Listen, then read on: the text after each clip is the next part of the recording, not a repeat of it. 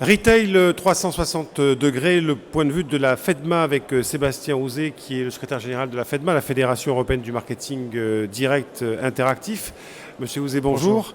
Alors avec vous, on va essayer de faire un petit peu un état des lieux du marketing direct, bien sûr, appliqué au domaine du retail, en essayant d'explorer un petit peu l'omnicanal, le multicanal, et de comprendre comment votre métier va évoluer, comment il a déjà évolué et comment il va évoluer. Le marketing est passé de direct à interactif, on peut le dire, en quelques années. Ça va de plus en plus vite, c'est de plus en plus concernant pour les consommateurs. Mais il y a quand même une réalité, c'est que le modèle économique, lui, reste basé quand même sur le physique, sur le magasin, toujours. Oui, je dirais qu'on a une trajectoire commune avec le secteur du retail dans le marketing direct. On a suivi un peu, on a essuyé les mêmes vagues. On a eu la première vague qui était le Internet, tout simplement. La deuxième a été Google. Et la troisième a été les médias sociaux. Et donc, notre métier a véritablement évolué. On a encore un héritage papier. Le direct mail, donc la lettre adressée que l'on reçoit à la maison, c'est encore le principal driver du business à l'heure actuelle. Mais effectivement, notre métier a évolué. L'arrivée d'Internet a donné une chose que les consommateurs attendaient, c'est la possibilité d'interagir avec les marques. Donc maintenant, un consommateur veut une liaison avec une marque. Il veut pouvoir poser des questions, donner son avis, avoir des réponses, tout ça en temps réel. L'arrivée d'Internet, l'arrivée des médias sociaux a permis ça. Oui, alors j'ai mon micro qui est ouvert. Oui, parce que ce qu'on peut quand même constater, c'est que le marketing direct tel qu'il existait dans les années 2000, on va dire au début des années 2000, était un marketing de masse, un peu impersonnel. Après, effectivement, il a évolué vers une personnalisation et vers des actions beaucoup plus ciblées. Mais pour vous, et c'est la synthèse que je fais de ce que vous venez de dire, c'est vraiment Internet qui a permis d'aller beaucoup plus loin. Oui, bien sûr, parce que ça a permis une connectivité immédiate, instantanée, et ça a surtout permis d'avoir la réponse à la question directement. Ce qui n'était pas le cas avec les médias de masse. La télévision, la radio, la presse envoyaient des messages et espéraient des réponses. Elles arrivaient avec un décalage. Maintenant, ce décalage a complètement disparu. Les clients, maintenant, n'ont plus aucune patience parce que, justement, ils ont cette interactivité immédiate qui leur permet de réagir directement. Donc, on a suivi ça dans le marketing direct, ce qui est étonnant de voir qu'on devient même de plus en plus, je dirais, du one-to-one communication. Même les médias traditionnels, comme la télé, se lancent aussi dans l'interactivité. Donc, ils quittent un petit peu cet aspect média de masse pour se lancer dans cette interactivité via les profils Facebook, via les jeux interactifs. Mais c'est un début, c'est un premier pied dans ce fameux marché du one-to-one et du data business. Bon, pour illustrer le one-to-one communication, on peut dire par exemple qu'avant, on pouvait recevoir un flyer avec un bon de réduction dans sa boîte aux lettres, quand il y avait une campagne de boitage, et qu'aujourd'hui, on reçoit un mail, bien sûr personnalisé, Monsieur Jean Dupont, avec peut-être même éventuellement quelque chose autour qui va encore plus personnaliser le mail. Est-ce que c'est suffisant pour, entre guillemets, accrocher le chaland ? Alors, les études cette année ont montré que ce qui est top of mind chez les marketeers, c'est justement la personnalisation. Mais on sait que ce n'est déjà plus suffisant. On est vers l'individualisation. La personnalisation, ce n'est plus écrire un mail, cher Sébastien, c'est comprendre ce que j'attends, ce dont j'ai besoin, à quel moment je veux recevoir une offre et comment je veux la recevoir. Donc on est sur vraiment une capitalisation des données qu'on peut avoir et récolter au niveau des clients. C'est cette interaction-là qu'on cherche maintenant. Oui, ce qui veut dire, et on va venir effectivement à la prise en compte des données, ce qui veut dire qu'Internet n'est pas la solution absolue et la panacée. Si c'est mal utilisé, ça peut même devenir un obstacle. Certainement. Je dirais qu'Internet a des avantages, il a aussi des inconvénients. Ce qu'on essaie de faire à la FEDMA, c'est justement de redémontrer la valeur du média imprimé et des autres canaux de communication. On est une fédération multicanale par excellence. On ne se contente pas d'un ou deux ou trois canaux. On part du client et on lui ouvre toutes les voies de communication, tout simplement. Donc, on sait que dans certains cas, le média papier, l'imprimé, est beaucoup plus pertinent en termes de mémorisation, en termes d'impact, en termes d'émotion, en termes d'engagement, en termes de fidélisation. Ce sont quand même 5 points qui sont cités parmi les priorités lorsqu'on fait une campagne média. Et ces points sont un petit peu sous-estimés. Donc on se retrouve avec un petit peu le même problème du retail. Il faut redonner une valeur au point de vente, lui redonner une présence. Votre physique, votre lieu physique à vous, c'est le papier, c'est le print finalement, si on regarde bien. Parmi les 400 membres de la FEDMA, combien de sociétés, je dirais, se sont révolutionnées, ont complètement changé de paradigme, et est-ce que, pour la plupart, elles sont quand même restées sur leur métier de base en se disant on va rajouter effectivement l'omnicanal à notre stratégie, à notre offre? C'est-à-dire que tout essaie d'intégrer les nouveaux médias. Ce serait une folie de ne pas essayer au moins de l'intégrer. Ce qu'il ne faut pas perdre de vue, c'est l'essence de ce qu'on est. On a parmi nos membres des grands traditionalistes qui utilisent des catalogues, du direct mail et qui essaient de conquérir une nouvelle clientèle qui recherche, elle, ces nouveaux médias ou un autre moyen de les obtenir parce que les gens sont de plus en plus mobiles, les gens ont de plus en plus d'envie d'avoir des choses très très personnelles, très personnalisées et donc il faut jouer avec tout ça. Donc beaucoup ont essayé. Je ne sais pas si vraiment il y a eu des grandes réussites d'intégration complète en partant du physique vers le digital, mais il y a des grandes success stories dans le monde. Amazon, par exemple, est une grande success story de quelqu'un qui a réussi à avoir un pied dans le digital, un pied dans le physique et même un pied dans le financier. Mais alors justement, ça m'a une question. Vous parlez d'Amazon. Est-ce qu'il y a un effet de taille, de seuil pour se lancer dans une campagne omnicanal de marketing direct? Est-ce qu'il faut s'appeler Amazon ou est-ce que... Absolument pas. Absolument pas. Toutes les campagnes, qu'elles soient physiques, qu'elles soient digitales, qu'elles soient sociales, sont abordables pour une petite entreprise, un artisan. C'est simplement la volonté de pouvoir construire son message et de l'accompagner. Ce qu'on constate souvent, c'est qu'il y a une volonté de lancer un message, mais qu'on n'est pas prêt à réceptionner les questions ou les remarques qu'on va recevoir.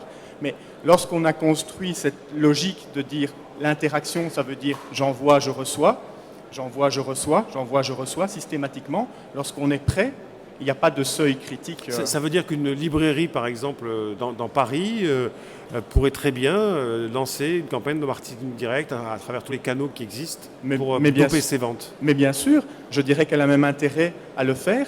Ce qu'elle doit faire, ce qu'une librairie doit faire, c'est ramener du trafic chez elle. Parce que sinon, si elle n'a pas de valeur ajoutée, effectivement, les gens vont aller chez Amazon. Si on ne trouve rien de différent ou rien de mieux que sur Internet, pourquoi est-ce que les gens iraient chercher une place de parking, rentrer dans une librairie?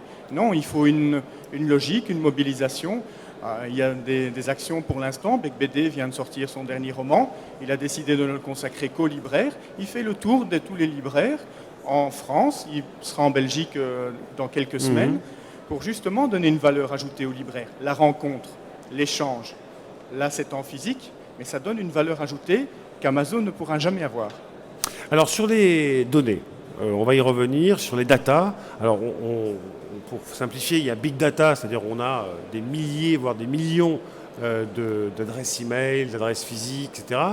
Et puis, on ne sait pas trop bien quoi en faire. En tout cas, on sait quoi en faire de manière un peu basique. Après, c'est comment optimiser, comment augmenter la valeur de cette donnée, la valeur du client.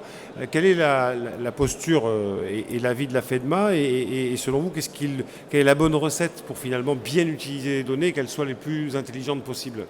Alors, c'est probablement le plus grand challenge qu'on ait à l'heure actuelle, c'est de concrétiser ce potentiel du big data, de ces données clients, en quelque chose de constructif pour l'entreprise. Il y a quelques années, connaître son client, c'était à la limite avoir son nom, son adresse et savoir ce qu'il avait acheté les derniers mois. C'est plus suffisant du tout. Maintenant, connaître un client, c'est avoir son adresse physique, ses données digitales, c'est avoir ses choix, ses envies, son historique de paiement, mais savoir exactement aussi où il se trouve maintenant, sur quel site internet, sur quel média social.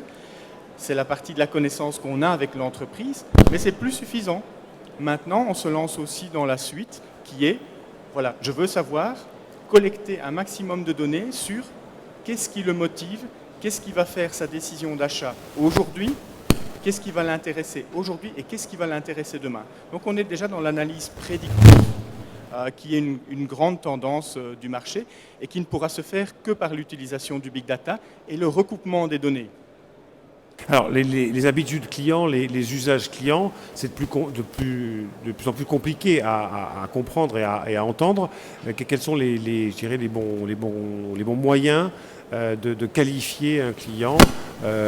On a un problème technique, mais ça va passer, je pense, de qualifier un client, parce que c'est pas évident d'aller chercher des informations comme où il se trouve. Par son adresse IP, on arrive à savoir où il se trouve, etc. Mais c'est pas évident de localiser un client, finalement de le voir vivre à distance. Alors, c'est pas aussi difficile que ça en a l'air, et c'est peut-être ça le problème justement. C'est-à-dire que les données sont vraiment nombreuses, multiples, je mets une caractéristique importante. Le marketing direct, ce n'est pas la NSA, donc on se nourrit de données, mais ce sont des données qui, dans 99,9% des cas, sont données par le client même. Il a rempli un questionnaire, il a signé une carte de fidélité, donc il a donné accès à ces données, à ses habitudes. Ce qu'on fait, c'est collecter ces données, tout simplement pour donner deux exemples, pour éviter d'envoyer une pub pour les nouvelles saucisses à la mode à un végétarien, mais aussi pour pouvoir envoyer les nouveaux produits sans gluten à des gens qui sont intolérants au gluten. C'est ça le marketing direct, c'est donner les bonnes choses aux bonnes personnes au bon moment. Mais ces données sont partout. Et c'est le problème, c'est que le nombre de sources de données est en train d'exploser littéralement. On avait déjà les données en tant que telles, maintenant on a les données sur les médias sociaux, sur Internet, plus maintenant tout ce qui va être téléphonie mobile, objets connectés, machine à machine. Ça m'amène justement à vous poser la question sur la réglementation et ce que le législateur ou les législateurs au niveau européen scrutent aujourd'hui. Évidemment, ça les interpelle. Il y a de plus en plus de plaintes. Je veux dire, il suffit de lire la presse. En ce moment, les fuites de données, c'est légion. Il y a de plus en plus de plaintes auprès des régulateurs. Il y a de plus en plus d'actions à entreprendre. Mais en même temps, on remarque une chose importante, la technologie va toujours plus vite que le cadre régulatoire. Et la grande tendance des régulateurs maintenant, c'est d'arrêter justement cette course folle qu'on ne pourra jamais rattraper en imposant un cadre strict. Et donc, ce qu'on essaie de faire à la FEDMA, c'est de garantir un accès aux données, parce qu'on estime que c'est important que l'industrie puisse continuer à proposer des choses aux clients, mais quand même maintenir et garantir les droits du consommateur et le droit à sa vie privée, au respect de ces données. Donc on est sans cesse en train de faire la balance entre les intérêts des uns et des autres, parce qu'on pense sincèrement que si on continue à jouer trop fort, oui, on prend par exemple des cookies, par exemple, quand on a tous vécu cette expérience-là, d'aller sur un site de vente de chaussures, par exemple, puis de changer de site et de retrouver 2 minutes après un cookies qui s'ouvre pour proposer une paire de chaussures. Le targeting. Voilà. Donc c'est vrai que ça, on est peut-être allé un peu loin. Ou on en a trop usé.